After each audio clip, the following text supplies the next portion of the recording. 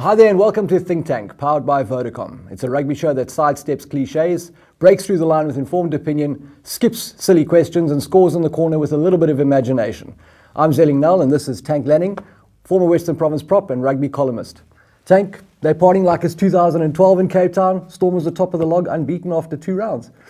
110% game of 2 halves. I know you said no cliches, but you got to start with those because do you get much more from press conferences these days? No, absolutely not. It's traumatic. Yeah, it's working in Cape Town. I don't think they've really been challenged yet. Bulls was obviously a good win, but against 14 men, they looked a bit stifled. I think Dylan Later has been a revelation. He's come back a little bit more mature and he's looking really, really good. But look, you can't fault it. They're top of the log. They're looking down on the rest of them. It's solid. Look, rugby's struggling to bring people to the stadiums, and almost every game now you've got a guy yellow carded or red carded. It reduces the contest to something less than a spectacle. In that Stormers game, obviously that Blues lock, Hayden Triggs was sent off with the red card for introducing his knuckles to Dwayne Vermeulen. That really took away from the game. For me, I'm quite a big. It's a team game. I'm a big fan of if one of the individuals does something wrong, he gets punished. The team should be punished. So I quite like the fact that a red card or a yellow card takes away from the team environment. Because it's very difficult to play rugby with 14 men, as we've seen.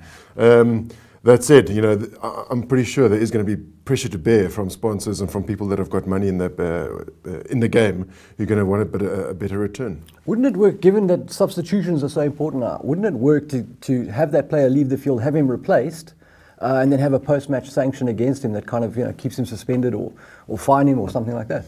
I'd want it to be more than financial. I mean, these guys make so much money that if you slap them on the wrist with a fine of say even 10,000 rand or dollars, it's not really going to do enough damage. So I'd like to keep the team fine. So maybe look at something like docking them log points, so that keep the 15 aside if that's what we're trying to achieve.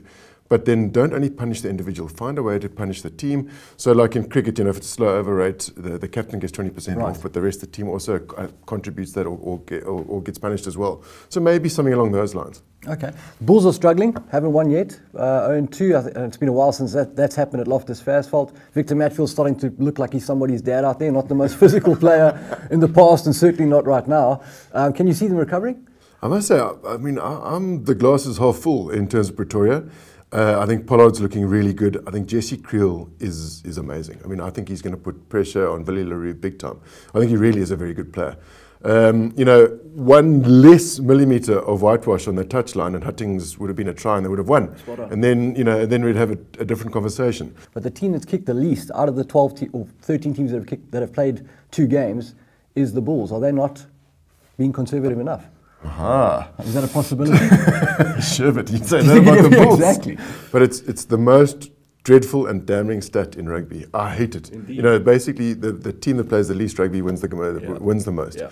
I do think, though, I think we touched on it last week, that it's where you kick and how you kick and the measure of what you do with that kick.